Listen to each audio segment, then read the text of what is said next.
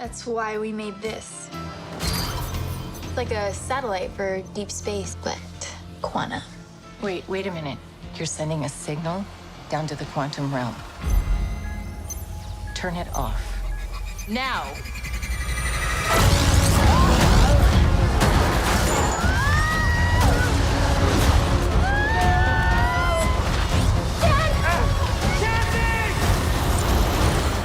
I have to say, I really did love this film. It was such a good time. I think my favorite thing about it, especially for you and for Hope, was the dynamic with Cassie, because there's so many different ways you can go with like a semi-stepdaughter dynamic.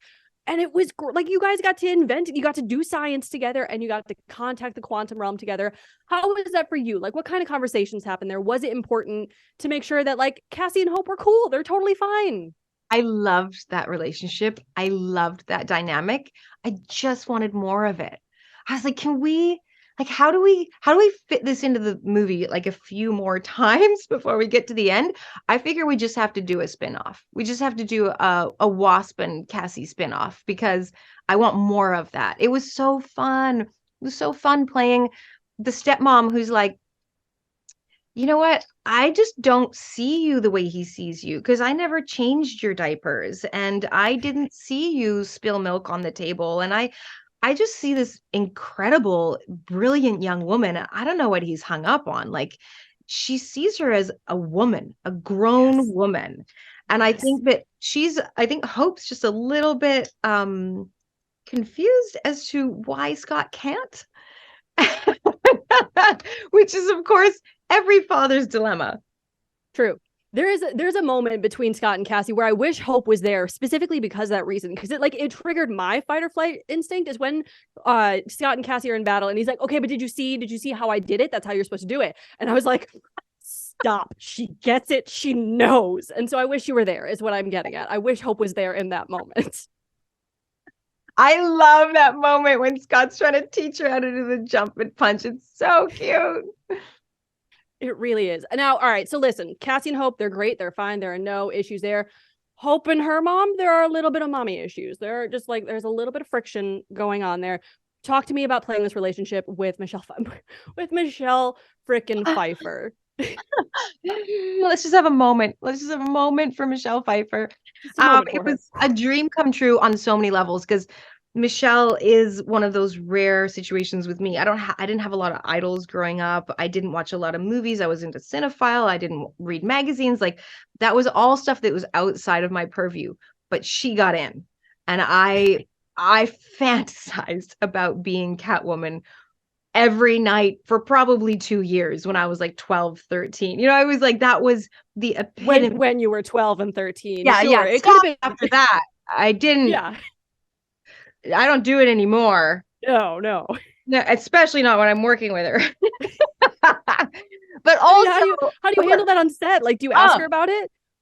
The first day I met her, it was actually not even on set. It was on set, but it was for a promo. And I was like, I'm just going to get this out of the way and geek out. I'm not going to play it cool. I'm not going to pretend I'm cool. I'm not cool. I'm salivating and losing my mind a little bit. So I just told her, I just said, hey, you're like an idol for me, and I think you're amazing. And I could tell it was the wrong way to start. Like, I don't feel like that was her favorite way to begin our relationship. She might have another story to tell, but that's how I felt at the time.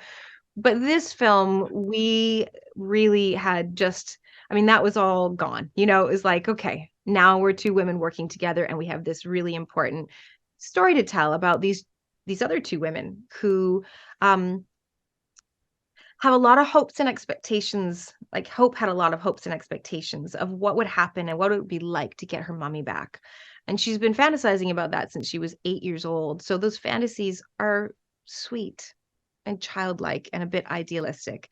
And they don't account for the fact that her mother has PTSD. And they don't account for the fact that her mother is a complicated person who's been living a very complicated existence for the last 30 years. And so Hope is extremely disappointed and sad and heartbroken that her mom hasn't let her in, that her mom is sort of keeping her at arm's length to keep all of her secrets to herself about the quantum realm. And I think that Janet is tortured by it a little bit because she wants to be close to her daughter, but she she doesn't feel she can tell anyone about what she experienced there, in a similar way that, like, a vet coming home from the war, how do you talk to Right. people who weren't there? Like, how will they ever understand? And is it even safe for me to tell them? And do I want to inflict my trauma on them? So it's a beautiful complication in a superhero movie between two women, which for me was just such a delight because I so rarely get the opportunity to collaborate on screen in an intimate way with women. And it really was a different experience. And it was such a rewarding experience. And we became so close off screen and we're really supportive of one another throughout the whole process. And that's a friendship that will mean something to me forever.